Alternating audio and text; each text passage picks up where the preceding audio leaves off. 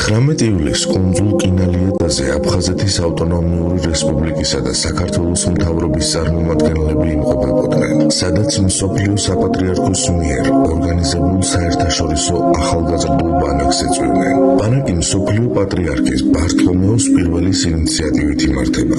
მასში აჭარის მთავრობის მხარდაჭერით და ორგანიზებით მონაწილეობენ ბათუმის მერიის საჯარო სკოლის ეთნიკურად აფხაზი მოსწავლეები და ასევე აფხაზეთიდან დევნილი ახალგაზრდები. სტუმრების წინაშე მოსწავლეებმა საქართველოს მრავალფეროვანი კულტურა, სიმღერით, ცეკვით და შემოქმედებითი ნომრებით წარადგინეს, რამაც განსაკუთრებული მოწონება დაიმსახურა.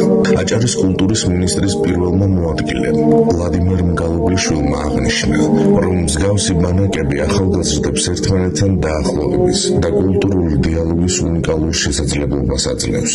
მისივე თქმით, აჭარის კულტურის სამინისტრო მომავალშიც აქტიურად დაუჭერს მხარს ასეთ პროექტებს და მათ განხორციელებაში მონაწილეობას მიიღებს.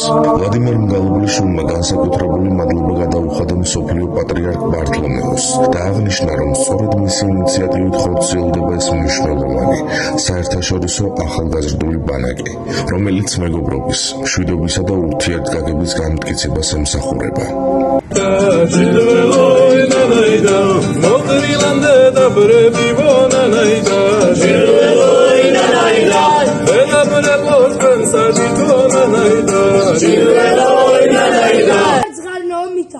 Questa applausa mostrata mukhlis modreko amominda. Sau chokhiyani vaskatso. Srilaba khomar shekhslia.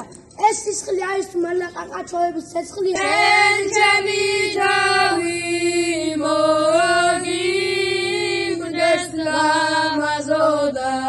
Serili dagi duiale.